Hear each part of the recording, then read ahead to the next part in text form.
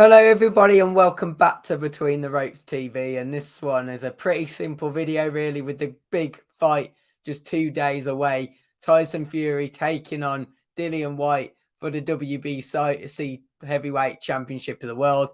And guys, I'm just going to speak about why I think that Dillian Whyte is going to win this to become the champion.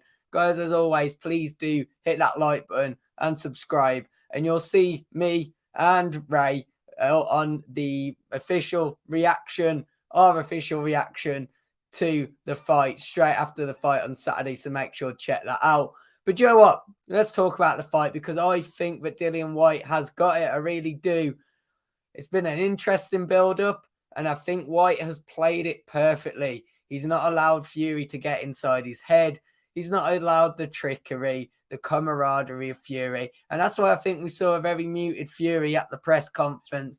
He was respectful, fair play to him, but there weren't too much of a joke. There weren't too much of a vibe from him to wind Dillian Whyte up. And I think that's just because he purely realized you cannot be playing those tricks with Dillian Whyte. He was not going to entertain them.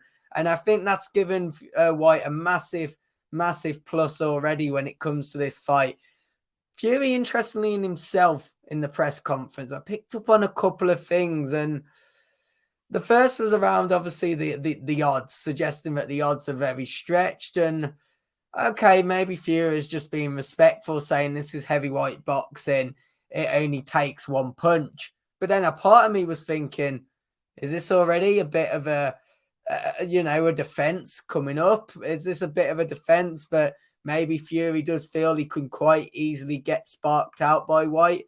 And I think he's got a good chance, because you've got to go back to 2015 before, you've got to go as far back as that Klitschko fight to really say that's when Tyson Fury last had a fight of it can be comparable to what obviously Dillian Whyte offers. Because apart from that, he had a lot of build-up fights, a lot of comeback fights before taking on Deontay Wilder, in which was a fantastic trilogy. Take nothing away from Wilder, I still think he's one of the best, but he has a very different skill set to Dillian Whyte. He might have the higher knockout power, but where Fury won that fight was with the boxing IQ. I think Whyte can be just as dangerous at sometimes with his punching.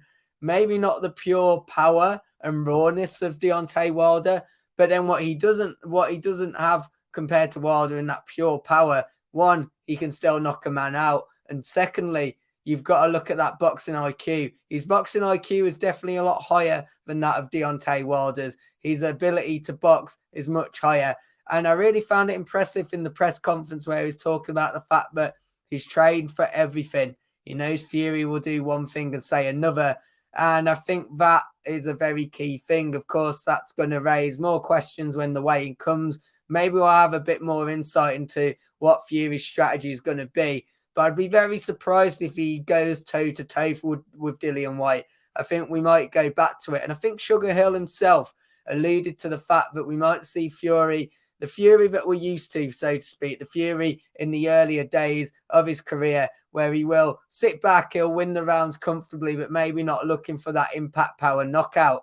And of course, one of the questions that was raised to Dillian Whyte was around, do you think you can last 12 rounds? Let's not forget, Dillian Whyte has lasted 12 rounds several times, and people have said sometimes he's looked dead out on his feet in the 11th and the 12th. Let's not forget what Tyson Fury looked like against Wilder in those type of rounds and what that nearly led to.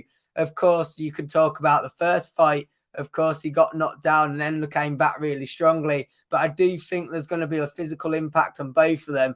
And I don't think it'll be a bad thing for Whyte if in the later rounds it becomes a bit of a brawl because both of them are tired. I do think that could lead to Whyte getting the victory late on. I think this is going to be a really interesting fight. It could honestly go either way, but I am backing Dillian Whyte. I do think Dillian Whyte will become the world champion. I think he looks really, everything he's done has been impressive in this build-up. I think he's ready to perform on the biggest stage of them all, Wembley. He's used to obviously big arenas. Nothing quite compared to Wembley, but then you'd kind of argue that this is Tyson Fury's first time coming on home soil in that kind of magnitude as well. I think both sets of supporters, of course, are going to fighters will have great sets of supporters with them. I think it's going to be an absolutely fantastic fight. But Dillian Whyte, for me, he just has that bit more what Wilder was lacking in the unpredictability. I do feel that Dillian Whyte does have that. I think he'll be able to mix it up. He'll be able to do different styles throughout the fight. Will keep Tyson Fury much on his toes. As he said, he's prepared himself for everything.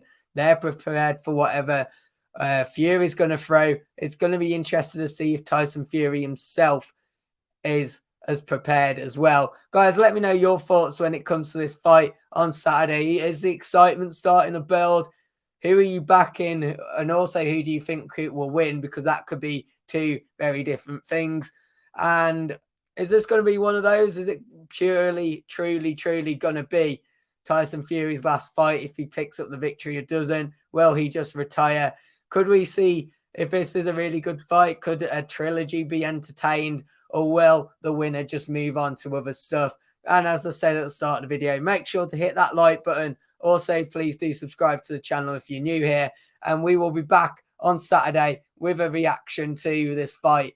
And depending what happens, obviously now and between now and the fight itself, we might do something tomorrow if there's anything explosive at the weigh-ins. I feel it will be really respectful, though, a bit like the press conference. But yeah, hopefully see you Saturday, guys. And yeah, let's hope when it gets to that reaction, we're going to be basically saying, wow, what British boxing history has seen an absolute classic. Guys, see you on the next one. Goodbye.